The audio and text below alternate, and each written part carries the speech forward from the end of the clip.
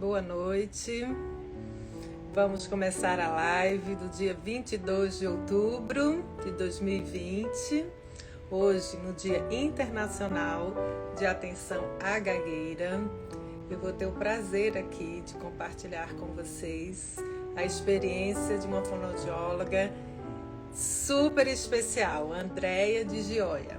Ela é mestre em fonoaudiologia pela Universidade Veiga de Almeida, do Rio de Janeiro, uma experiência imensa em gagueira, e ela vai estar aqui hoje contando para nós um pouquinho dessa sua experiência. Então, querida, por favor, aí o meu convite. A Andréia já está aqui, aguardando ela entrar. Oi, Mônica. Oi, Dani. Oi, amor. Que delícia estar aqui. Graças a Deus. Tudo ótimo. Seja bem-vindo. Um dia tão importante hoje, né? Dia Internacional da Gagueira. Muito obrigada, por ter aceitado. Eu que agradeço a oportunidade. Não poderia ser outra pessoa para falar de gagueira nesse dia tão importante, né?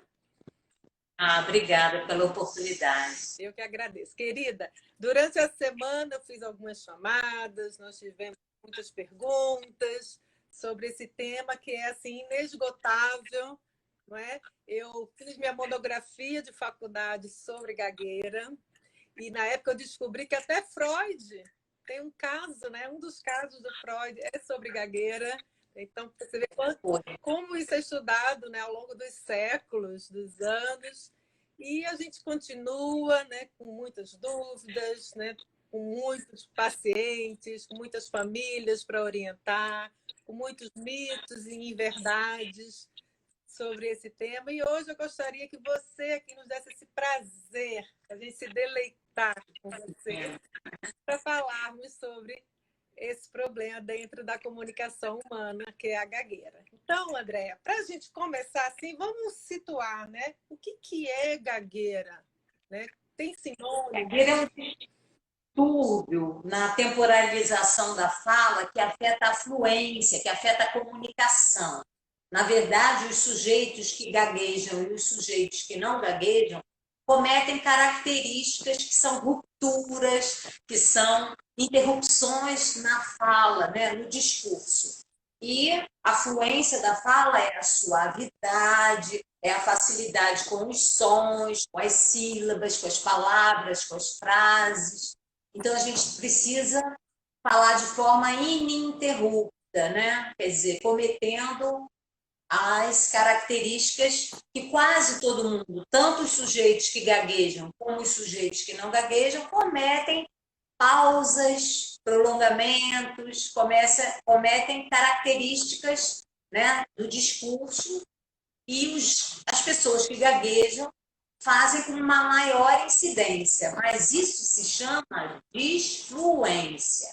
Gagueira é quando você tem essas disfluências associadas aos movimentos que a pessoa faz, né? Então, ela passa a língua ao redor dos lábios, ela pisca o olho, ela faz movimentos associados, bate com o pé no chão, né? Então, muito parecido com o Tourette. Então, assim, e aproximadamente... a gagueira, então, seria um quadro maior, onde tem a disfluência, que é a questão da fala, e associado a isso teriam esses comprometimentos, vamos dizer assim, corporais, né? De tipo tique nervoso, seria isso? Sim, tique nervoso. Você poderia dar... Tique nervoso, fazer nistagmo, né? Você faz aqueles movimentos, seria isso, associado às interrupções naturais do discurso. E quais são, assim, essas rupturas, quando você fala de rupturas na fala, né? Quais seriam as rupturas mais comuns da gente identificar numa pessoa que gagueja? Bem, a pessoa que gagueja, no meu estudo, eu fiz com crianças pré-escolares, né, do município do Rio de Janeiro. Então, a gente fez um estudo baseado na sociolinguística e que a gente avaliou que a maior marca que interfere no juízo do ouvinte, que é um juízo de valor, é, na verdade, o bloqueio com esforço. Então, quando você faz aquela tensão da musculatura laríngea, tensão do pescoço, então você faz o bloqueio com esforço. Depois você tem os prolongamentos. E a terceira variável, a terceira característica foi repetição de sílabas.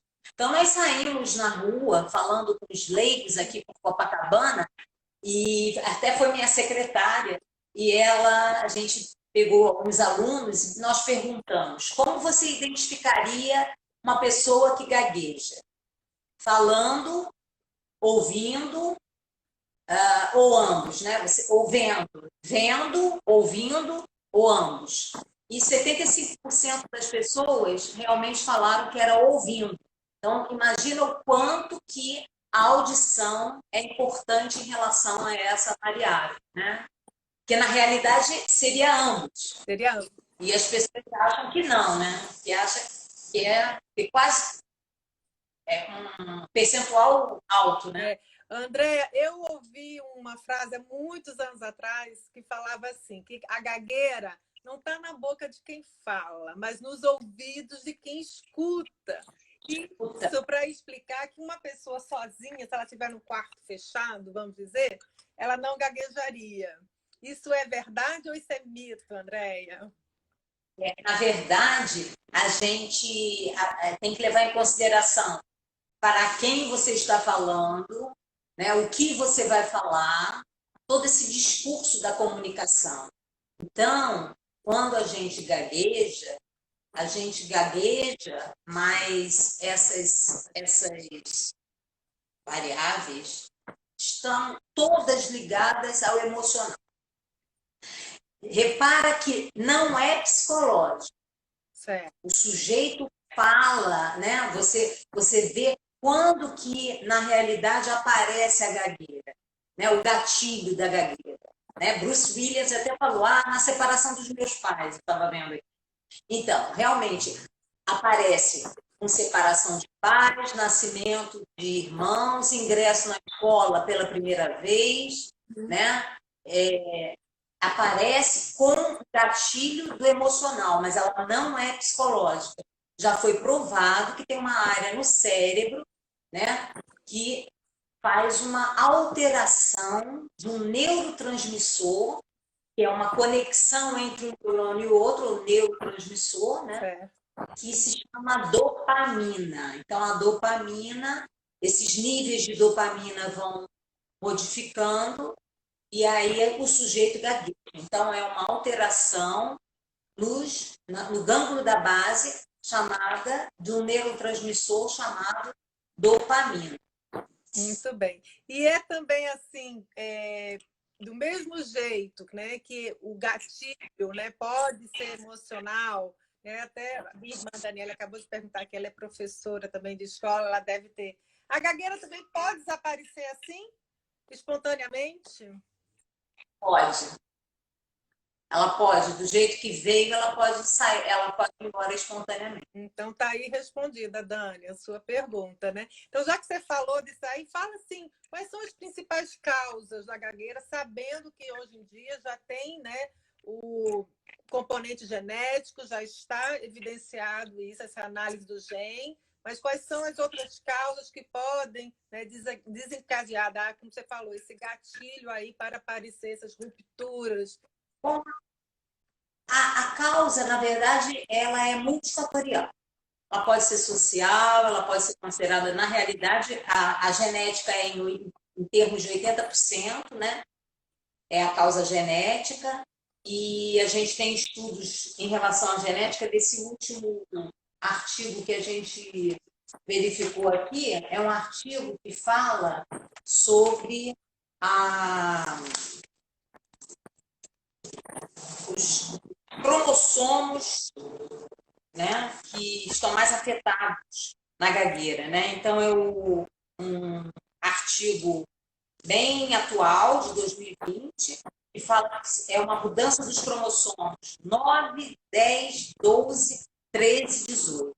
Então, 80% é muita coisa, né? Mas ela é de etiologia multifatorial. Tem a gagueira em gêmeos, né?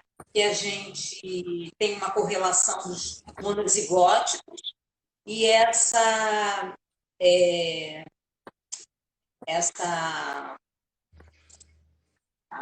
incidência, ela é em torno de 5% da população mundial e 1% da população que continua com a gagueira de uma forma mais enfática, né? Vamos dizer assim, ela persiste. E ela é mais comum Entendeu? em meninos, é verdade? Mais comum em meninos, do percentual de 4:1. Né? A cada 4 meninos, uma menina gagueja. Por que os meninos? Porque, na verdade, os meninos são mais emocionalmente. As meninas são mais amadurecidas, né, do que os meninos. E eu acho que também a pressão social, né, a cobrança, talvez, né, de ser menino, ter que falar mais coerente, ser mais essa exigência talvez seja ainda continue sendo maior na época atual, né? Não houve muita mudança nisso ao longo desses anos, né, Andréia, nos estudos, né? Continua do mesmo jeito, né? Inclusive, não só em relação à carreira, né? Nos transtornos de modo geral, da linguagem, né? Da comunicação, sempre aparece mais no caso dos meninos, né? Sexo masculino. Então, André, teve até uma professora daí do Rio de Janeiro, a Gabi Facino, ela mandou uma pergunta aqui antecipadamente, eu agradeço a Fabi, não sei se ela já entrou, mas um beijo para ela. Ela pergunta assim: até que idade é considerada aceitável a gagueira, né, que aparece quando a criança está animada para falar sobre um assunto? Que aí até o pessoal fala assim, o pensamento é mais rápido que a língua, né? Então, até que idade a gente pode aceitar, né, essa disfluência, nesse caso, que a gagueira a criança de 4 anos, ela tem mais disfluência do que gagueira, né? Sim. Na verdade, é até quanto isso interfere para a criança, né? O quanto ela se sente incomodada. As crianças, de um modo geral, elas não têm consciência de que gaguejam. Elas saem falando, né? O adulto é que tem esse juízo de valor maior em relação ao que se ouve. Mas as crianças, elas saem falando, elas querem conversar. Então, você começa a trabalhar a conscientização do modo como ela fala, né? De uma forma bem suave, né? De uma forma bem... tanto que todo mundo fala, né? Fala mais lento. Que não se ouve, ouve. Né? Não se ouve, né? Feedback auditivo. Se ouve. Tem que se ouvir. Ouvir o que você está falando. Isso é bem interessante de observar. Então, uma criança assim de 4 anos que está muito animada, que chega. Até a gente, né? Quando a gente está muito animada, ansioso, a gente se atropela, não consegue organizar, né, esse pensamento, a fala, né? E sai atropelando. Então, uma criança de 4 anos é super aceitável isso. Sim. Tem que ver o quanto que isso está interferindo, porque, na realidade, quando você coloca uma criança na escola, o social é que vai dizer, né? O social vai dizer ali, aquele ali está gaguejando, aquele, né? E de tudo, na verdade, que foi feito em relação ao estudo, o que mais caracteriza também a gagueira é a falta de prosódia. E o que seria a prosódia? Uma alteração da fluência, uma alteração do ritmo da fala. Então, a prosódia, na verdade, é o que mais caracteriza, porque as pessoas que tendem a gaguejar são pessoas que fazem pouca prosódia. Essa foi uma variável bem interessante. O que é a prosódia? É a poesia, é o ritmo melódico, é trabalhar as leituras, né, os sons da fala, os trava-línguas, fazendo esse movimento né, dos harmônicos, né? Vamos graves, agudos, né? Graves, do longo, do curto.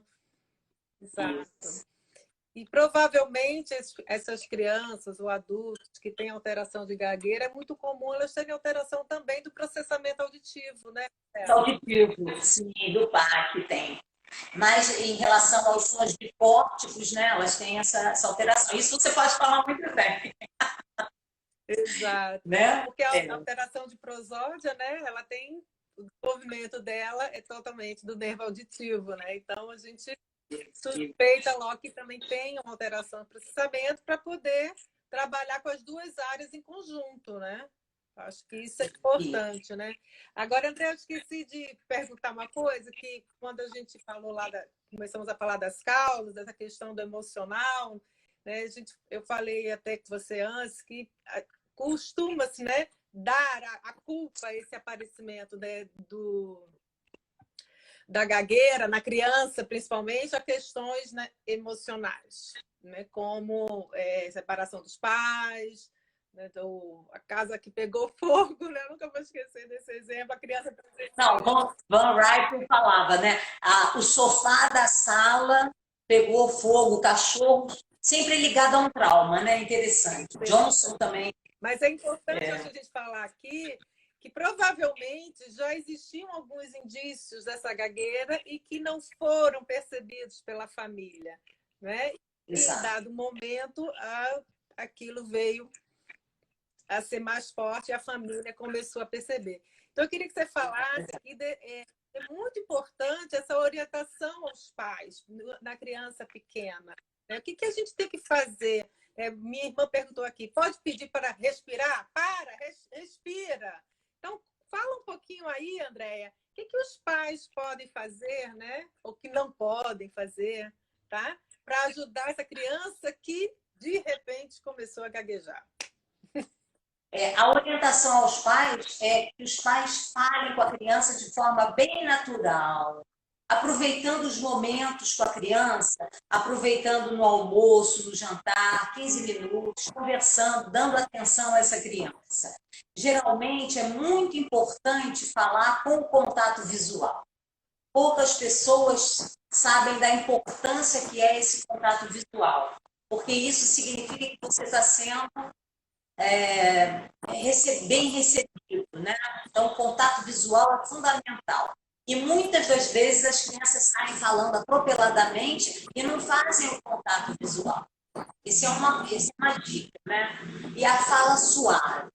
Falar de forma tranquila, suave com a criança. Olha como você está falando. Vamos fazer de novo, né? Vamos fazer a fala do Hulk, né? A fala do Hulk é aquela fala dura, tensa. Agora vamos falar de uma forma mais... Né? A gente antigamente fazia bonequinho de pano, bonequinho de pau, coisas assim bem lúdicas para a criança entender o que está acontecendo com o corporal dela, o que está acontecendo com o gestual, porque, de alguma forma, essa estrutura motora da criança, ela fica em desarmonia, né? Então, é o linguovocal, né? Os movimentos linguovocais que ficam alterados, como se fosse uma dispraxia nesse sentido. Então, agora, voltando àquela pergunta professora, né? Que é aceitável até os 4 anos, mas a gente deve ou não encaminhar para uma fono, mesmo achando que é aceitável. Essa é a grande dúvida dos professores. Não é? Perfeito. Isso. E aproveitando aqui, a Sureros fez uma pergunta que uma outra professora também fez, a Duda Meg, que é em relação aos casos, se houve caso de aumento agora durante a pandemia, tá, da gagueira. Sim. E em seguida eu continuo. Então, fala um pouquinho sobre isso, por favor. Né? Apesar de ser aceitável... Na verdade, é o estresse. Na verdade, é o estresse comunicativo, né? O estresse comunicativo. Porque está todo mundo trancado, confinado, dentro de casa, com os filhos, em home office, né? E compartilhando tudo, e as crianças ficam mais estressadas. Então, naturalmente, vai aparecer aquilo que eu expliquei, né? sujeitos que gaguejam, sujeitos que não gaguejam, e a interseção são as disfluências. Se você tem um estresse comunicativo, automaticamente vai aparecer a gagueira, como se fosse um órgão mais vulnerável. O meu órgão mais vulnerável é o estômago, o órgão mais vulnerável em relação às pessoas que gaguejam é exatamente essa região da fala, do aspecto motor da fala, né? Exato. Ô, André, e aí ela perguntou aqui, a professora Duda, se o que elas têm que fazer? Esperar a pandemia passar, né? Quando as crianças voltarem para a escola, ou já agora, durante a pandemia, dar início, pelo menos uma avaliação, né, com um fonoaudiólogo. O que você acha sobre isso? Eu acho que elas podem fazer uma avaliação com o fonoaudiólogo, mas é fácil de você entender. Você pede para a criança falar e avalia. Ela faz prolongamento? O que é prolongar? Ela faz bloqueio? Que eu quero falar? Ela faz prolongamento? A palavra fica como se fosse, eu me lembro sempre a imagem de um cachorrinho, aquele cachorrinho compridinho, linguicinha, fica assim a imagem da palavra, né? E ela faz repetição de sílaba, o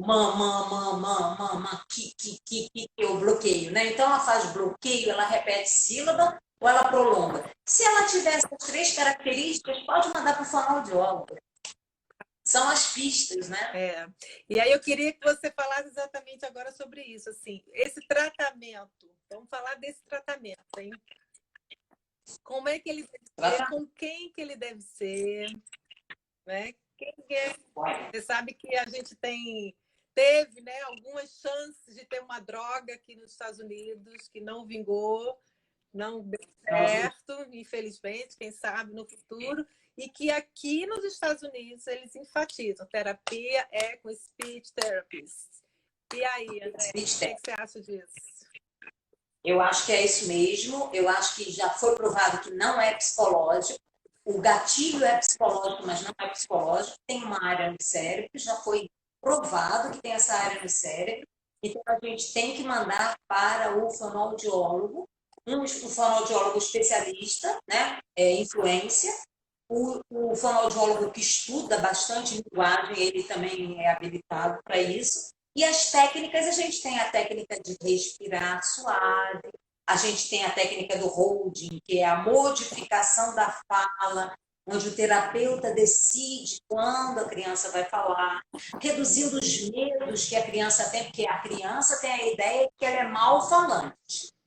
Ela tem a ideia, né? O sujeito que fala, ele gagueja, ele tem a ideia de que ele é mal-falante. Claro que com as crianças elas não têm essa percepção, porque não é consciente, elas estão falando, elas querem conversar. E aos poucos você vai vendo, olha como você está falando aqui, você pode gravar, você pode mostrar à criança como ela está fazendo. E essa orientação aos pais nessa idade, que é a fonoaudiologia educacional, é fundamental, né? É fundamental reduzir esses medos através de estratégias. Então, a gente ensina a criança, ao invés de ela usar aquele espaço de fala repetindo, a gente ensina uma estratégia dela pausar, dela respirar, dela ficar tranquila para falar, que é a fala suave, né? A fala suave. Não é muito comum, mas pode acontecer da criança gaguejar na leitura. Já vi.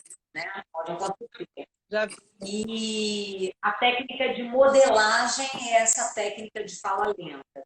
E as diadococinesias, que são movimentos articulatórios, né? Que você vai trabalhando com a criança, os trava-línguas, a poesia, melhorando mesmo a prosódia. Os exercícios de voz podem ajudar? Para terapia vocal? Sobre articulação, sim, sobre articulação. Os exercícios, né, de sobre articulação melhor. Não é um consenso táxico mas a hiperestimulação linguística, né, no caso, escolas, por exemplo, que elas são bilíngues, faz uma hiperestimulação do léxico, com muitas com nomeação, então ela tem que aprender várias línguas e tudo, pode acontecer de aparecer mais gagueira, né? Ou de gaguejar mais numa língua e não gaguejar na língua materna, né? Pode acontecer. Ah, então, você falou nisso, muito legal. Uma vez eu conheci uma pessoa, a gente estava, acho que foi Paris, e aí tinha que comprar o ticket, o ticket. E aí entrava na fila do metrô, quando chegava na vez dele, ele voltava.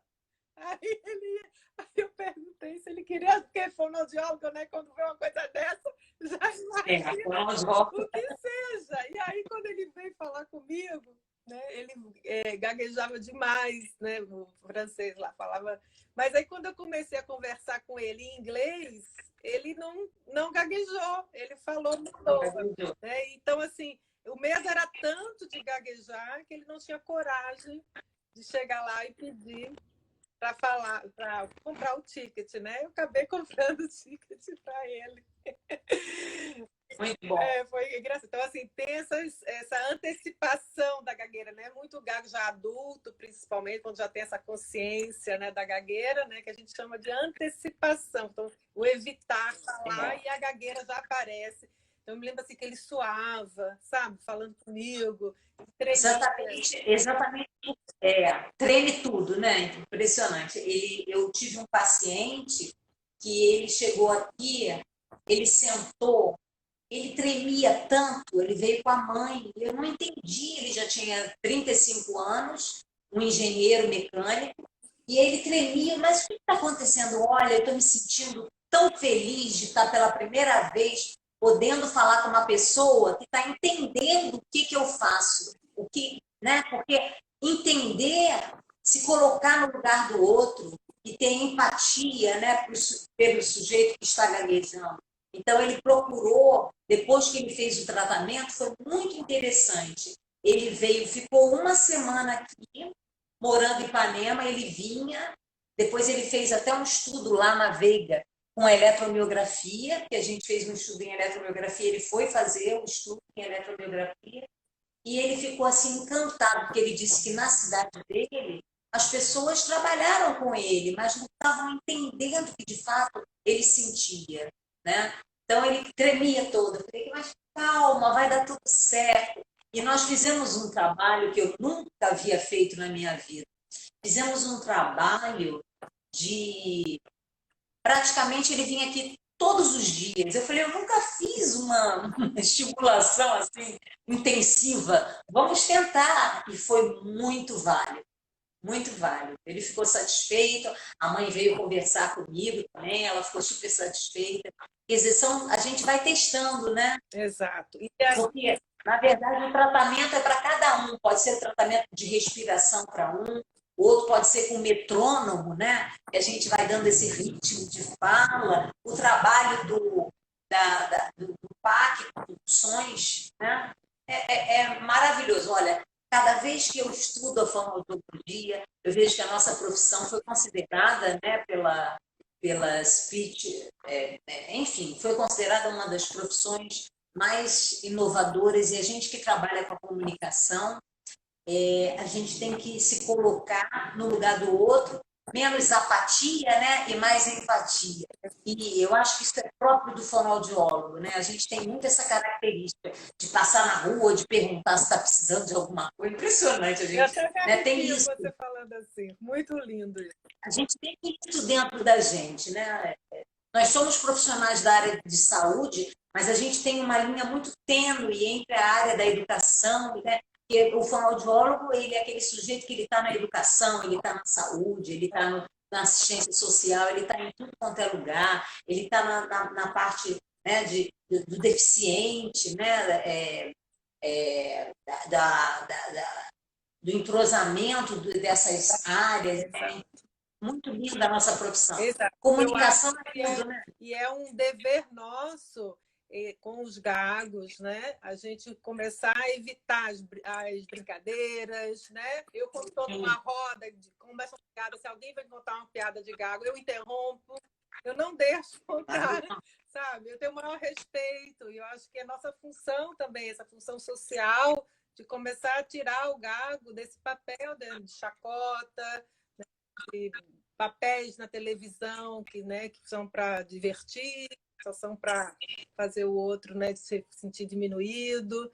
Então, acho que a gente ainda tem essa missão enquanto profissional. Isso mesmo, eles são estigmatizados, né, socialmente, e nós não podemos permitir. É isso que a gente precisa colocar para a sociedade.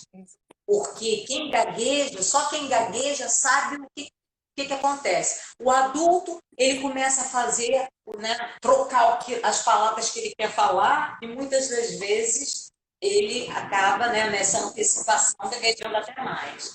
Mas é interessante que o estudo que eu fiz um estudo com 577 sujeitos, tanto na área pública quanto na área privada, pré-escolares do município do Rio de Janeiro, e a gente avaliou desde as crianças da favela de Vigário Geral até classe alta, né? Nós fizemos esse estudo.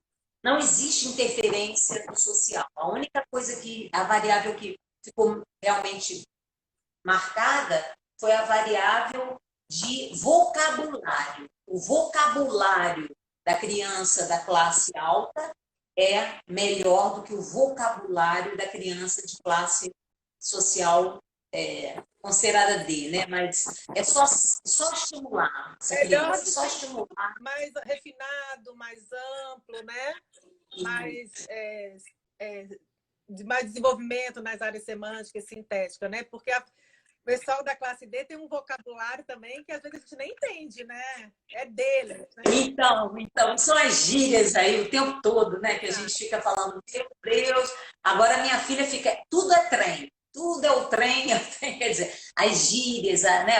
As palavras que você vai usando assim, uma palavra para caracterizar muitas coisas, né? Muitas outras, que é a questão semântica. Andréa, me diz uma coisa, ainda existe essa divisão entre dizer que a gagueira é patológica e a gagueira é fisiológica? Ainda se usam esses termos? Não. Não mais, né? Agora não mais, já caiu. Agora... Ela já caiu esse termo. E você acha que o tratamento ele pode ser rápido? Alguém me perguntou isso. Se leva...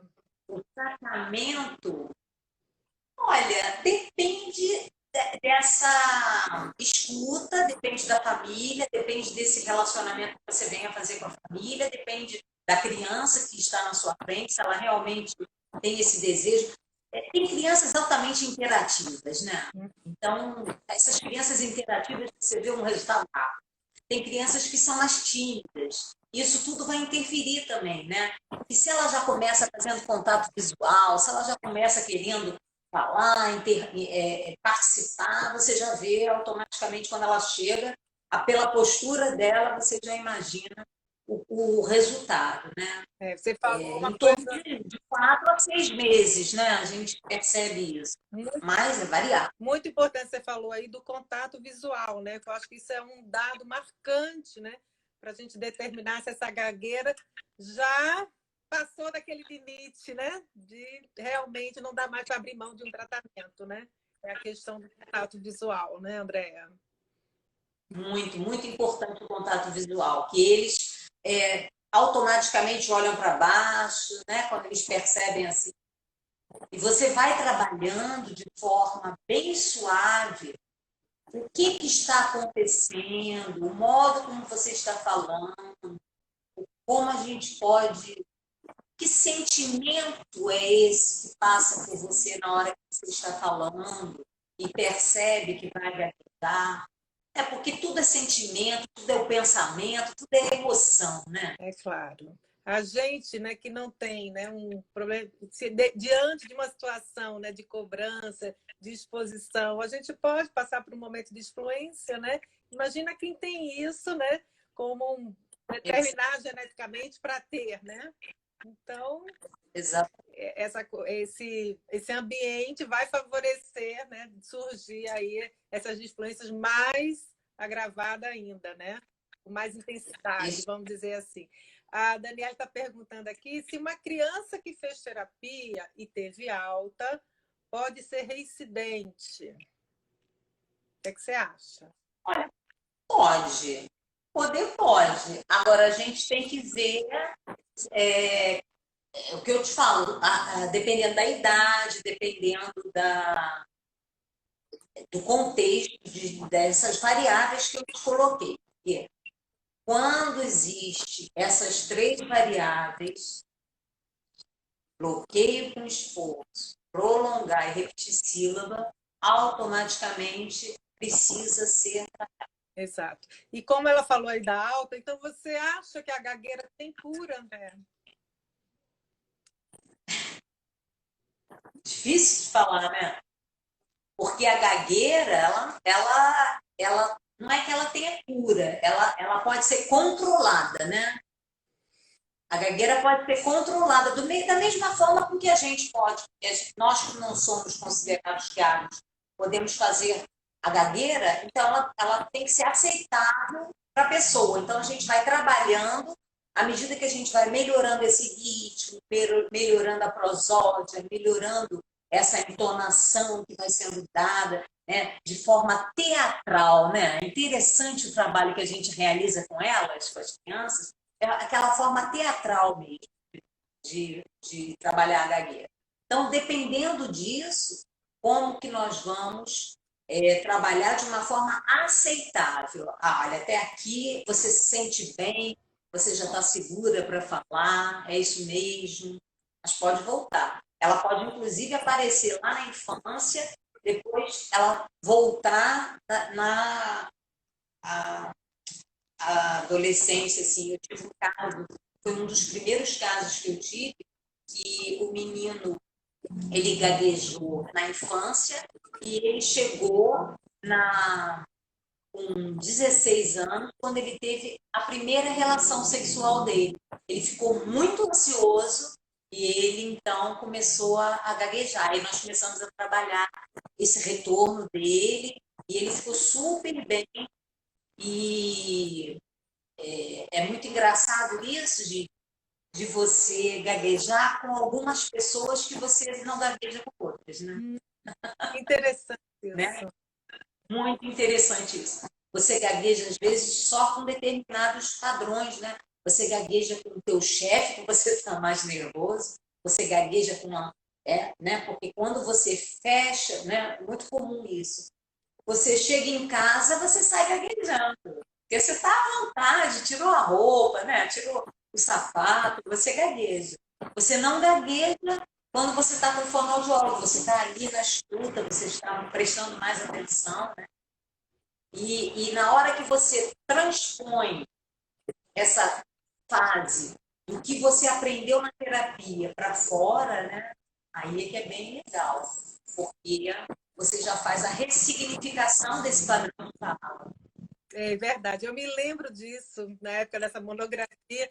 Inclusive, assim, tinha pessoas, por exemplo, falando com bebês, com crianças pequenininhas, elas não gaguejam, né? Porque ela muda o padrão, não tem também a exigência da comunicação.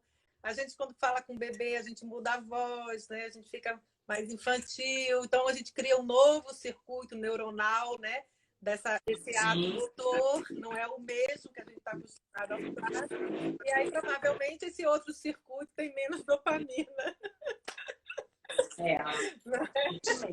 E aí, por isso que sai essa fluência, né? E eu acho assim que a cura, né, como você falou, é muito subjetiva, né? Cada um acho que vai determinar, né? Não tem, apesar das influências, não tem mais o medo de se expor, o medo de falar, né?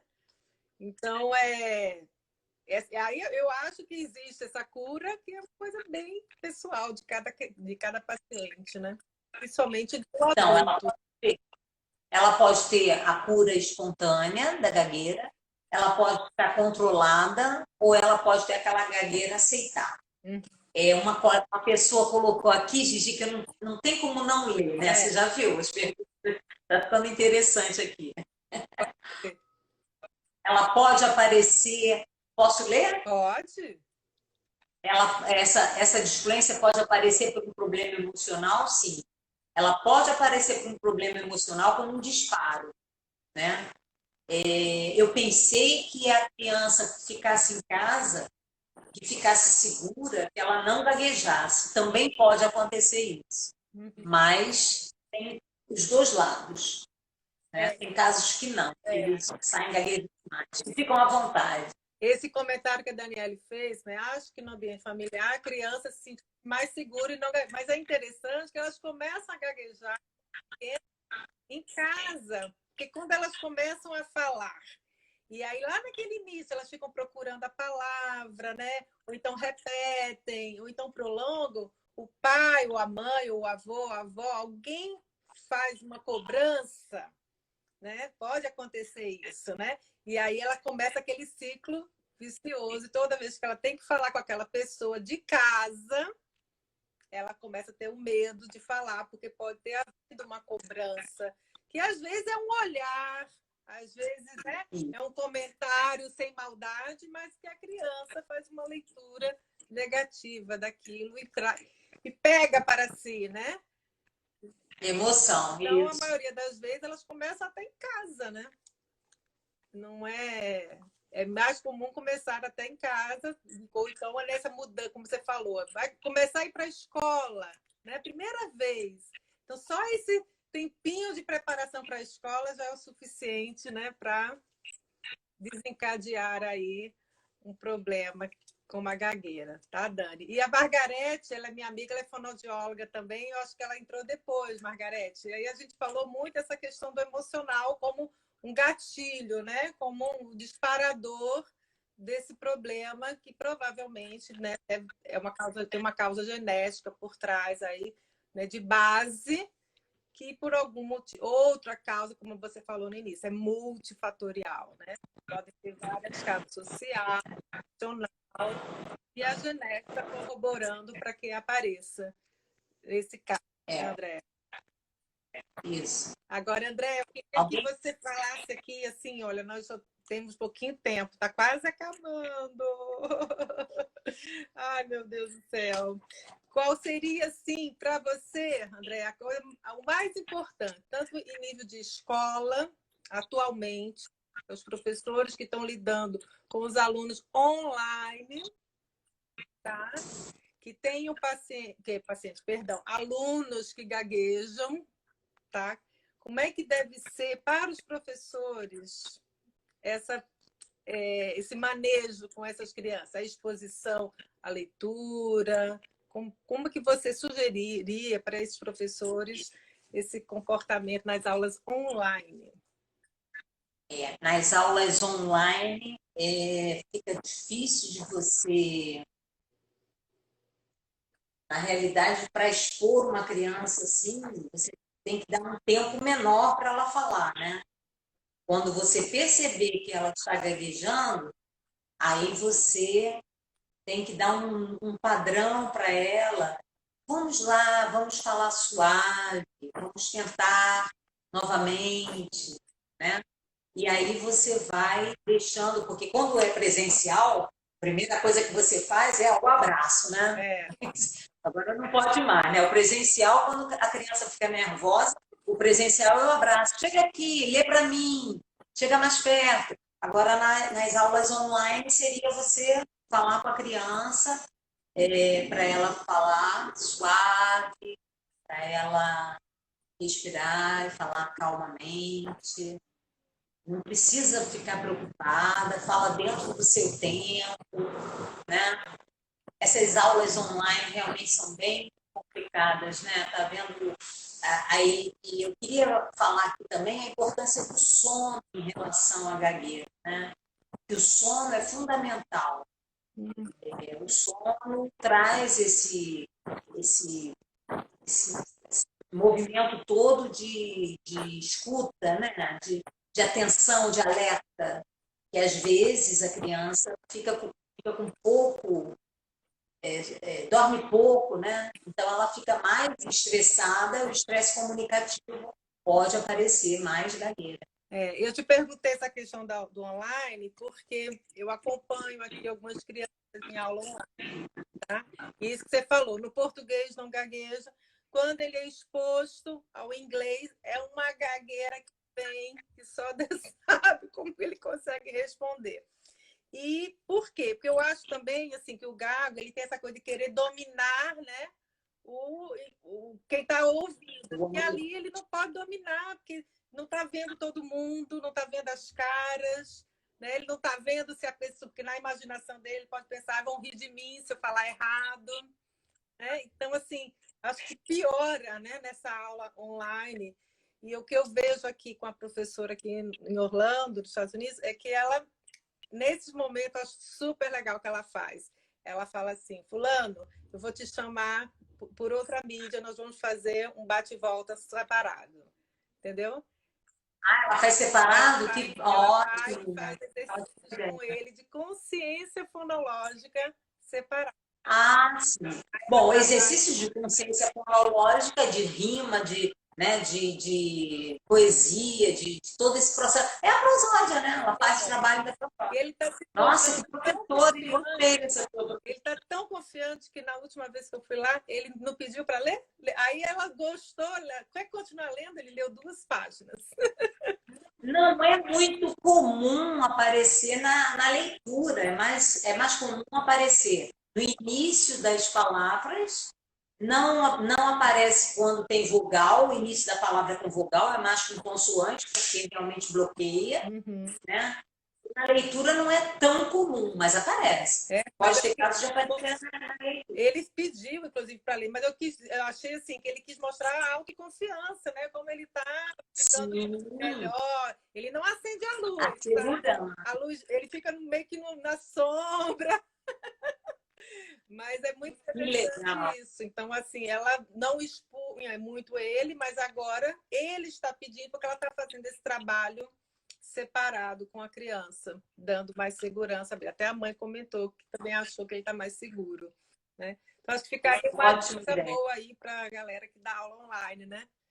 Que tem cuidado, né? De não expor tanto o aluno, sabendo que ele já vai ter um problema, né? Que os pais também, eu acho que é uma coisa importante, André, os pais não esconderem isso da escola, né? Falar, né, do que o filho tem, se ele está em tratamento, se ele não está, né? Pedir, fazer uma parceria com a escola. O que é que você acha disso? Sim, parceria com a escola sempre, né? Eu acho que a escola tem que estar em comum acordo com a família, né? A família, quando escolhe a escola, ela tem que estar exatamente em comum acordo ali, porque é o modo como você pensa, né? O que você quer para a educação do seu filho, você faz a opção escolar. É muito importante que essa escola esteja, que esse aluno esteja inserido nesse contexto escolar de acolhimento, né? Fundamental.